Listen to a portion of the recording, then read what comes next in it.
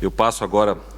a fala à professora catedrática da Universidade Nova de Lisboa e doutora em Direito Constitucional pela Universidade de Lisboa, professora Maria Lúcia Amaral. Minhas senhoras e meus senhores,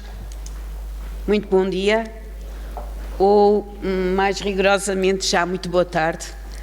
O tema, eu antes de mais agradeço muito o convite que me fizeram para estar, para ser presente neste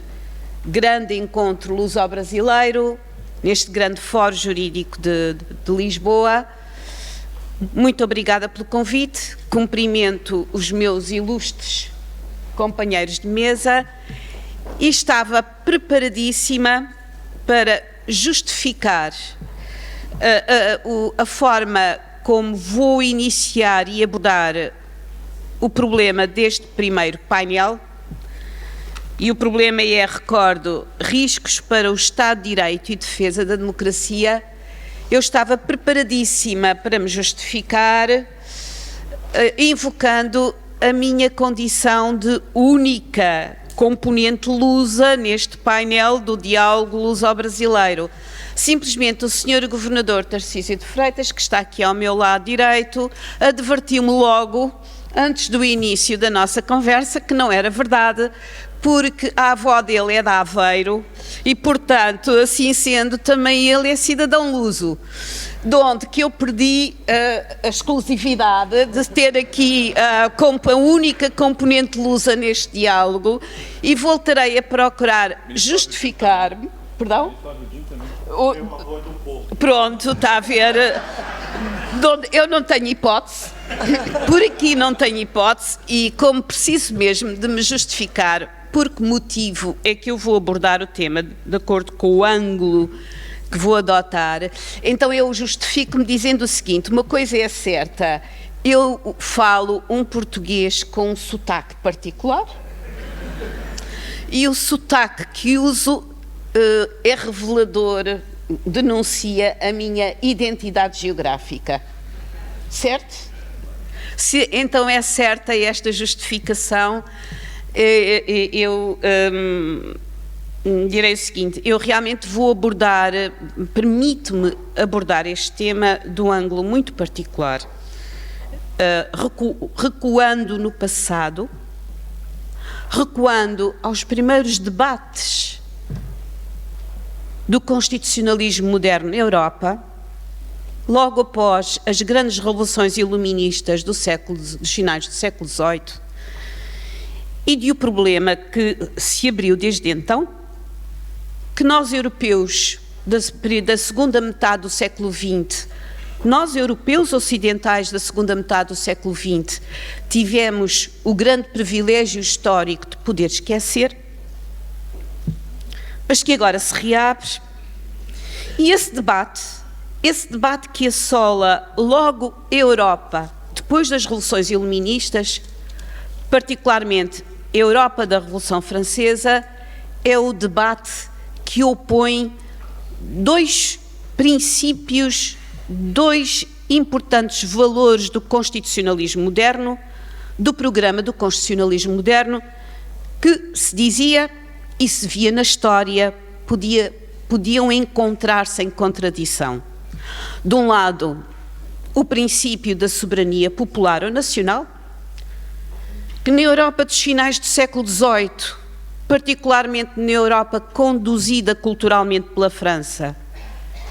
se exprimia através do pouvoir constituant, do poder constituinte de assembleias que escreviam pela primeira vez na história textos, conjuntos de artigos jurídicos que tinham a imensa pretensão e ambição de definir como é que de futuro as coletividades políticas se deveriam viver. De um lado, esta expressão da soberania popular nós tínhamos e do outro lado, outro princípio estruturante do constitucionalismo moderno,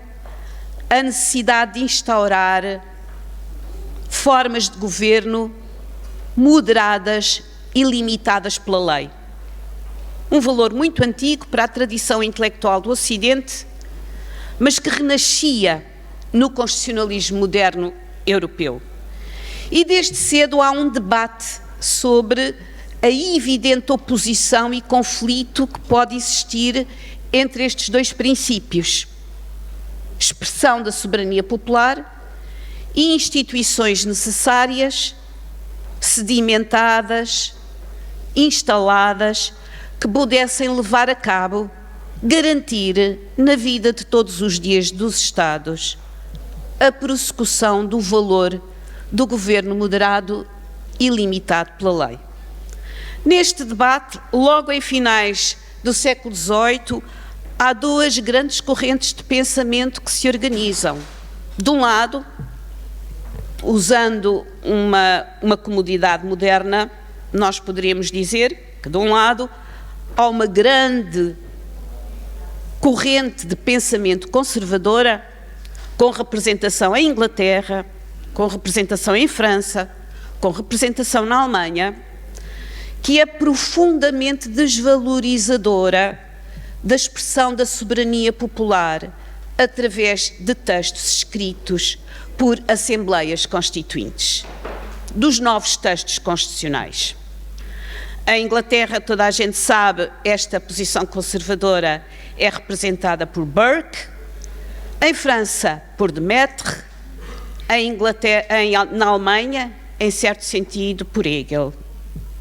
E no outro limite, no outro polo,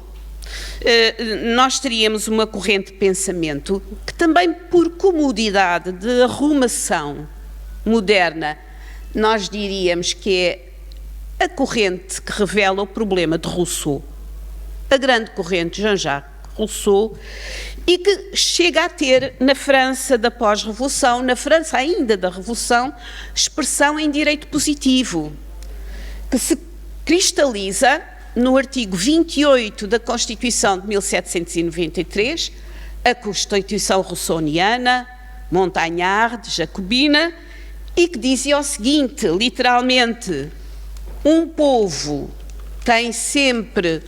o direito de rever, escrever ou alterar a sua Constituição, nenhuma geração pode impor as suas leis às gerações futuras. Ora bem, neste debate entre estas duas grandes correntes de pensamento, nós, europeus ocidentais, podemos esquecê-lo. Tivemos o privilégio histórico de o poder esquecer durante a segunda metade do século XX, porque vivemos um período de inesperado e formidável,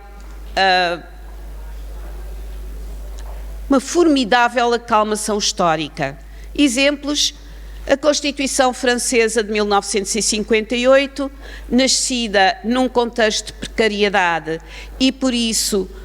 acerca dela, muitas ideias de precariedade e dúvidas quanto à sua duração se estabeleciam, pois ainda hoje dura, e na história conturbada do constitucionalismo francês, é a segunda mais duradoura depois das leis constitucionais de 1875. Outro exemplo, a Constituição Italiana de 1947, que se também temia ser tão precária, porque as instituições que ela previa demoraram muito tempo a serem instituídas. O Tribunal Constitucional Italiano só foi instituído em finais dos anos 50, as regiões italianas só foram criadas em 1973, ainda hoje dura. Para não falar da Constituição Alemã, que por razões óbvias de pudor histórico foi chamada Lei Fundamental de Bonn, que ainda hoje dura. Para não falar da Constituição Espanhola de 1978, que nasceu em condições de dúvida quanto à sua estabilidade, porque se dizia, desconstitucionalizou o grande problema político de Espanha, e esse grande problema político seriam as comunidades nacionais autónomas, e com isso teria assinado também a sua própria instabilidade ou precariedade, ainda hoje dura. Para não falar da Constituição Portuguesa de 76, a quem no início se diria, durante a sua primeira vigência, que também não podia durar muito tempo, porque tinha nascido sob a égide de conciliação entre duas filosofias do Estado e da sociedade por natureza inconciliáveis. Ainda hoje dura e daqui a 2 anos fará 50 anos e será a mais longeva de todas as Constituições portuguesas a seguir à Carta Constitucional da Monarquia. Portanto, eu voltando atrás diria que nós, durante a segunda metade do século XX, e falando de nós apenas dos europeus da Europa Ocidental, tivemos o grande privilégio histórico de poder esquecer aquilo a que chamamos o problema do Rousseau, o problema da oposição entre o ideal da soberania popular, levado até às últimas consequências pela Constituição Jacobina de 1793 e pelo ideal de autenticidade da representação de vontade de Rousseau, e do outro lado a necessidade de instituições sedimentadas, sólidas, com o seu tempo, que levassem a cabo na vida cotidiana do Estado o ideal de governo moderado e limitado pela lei. Tivemos essa sorte, mas o que todos nós sabemos é que essa sorte acabou. Porque nesta terceira década do século XXI, o problema de Rousseau volta a abrir-se. E volta a abrir-se em 2 linhas fundamentais. Primeiro, porque volta a ser um problema político maior, esse da autenticidade do eu em detrimento das instituições. Não vou entrar nessa questão, é a questão central das políticas de identidade, não a vou abordar. Mas a segunda razão pela qual o problema de Rousseau é novamente um problema atual é que, daí já falámos muitas vezes e voltaremos a falar, as alterações estruturais da esfera pública, com técnicas de comunicação que permitem o diálogo direto de todos contra todos, de todos entre todos, em tempo real, instantâneo e que condicionam uma produção da opinião pública profundamente transformada, estas alterações estruturais da esfera pública estão a provocar uma erosão profunda em todas as instituições, pela sua imediação, pela sua instantaneidade, pela sua irreflexão, provocam na opinião pública a convicção segura de que governar cotidianamente um Estado, prosseguindo o valor do governo moderado e limitado, é algo que se pode fazer sem procedimentos, sem formas, sem tempos,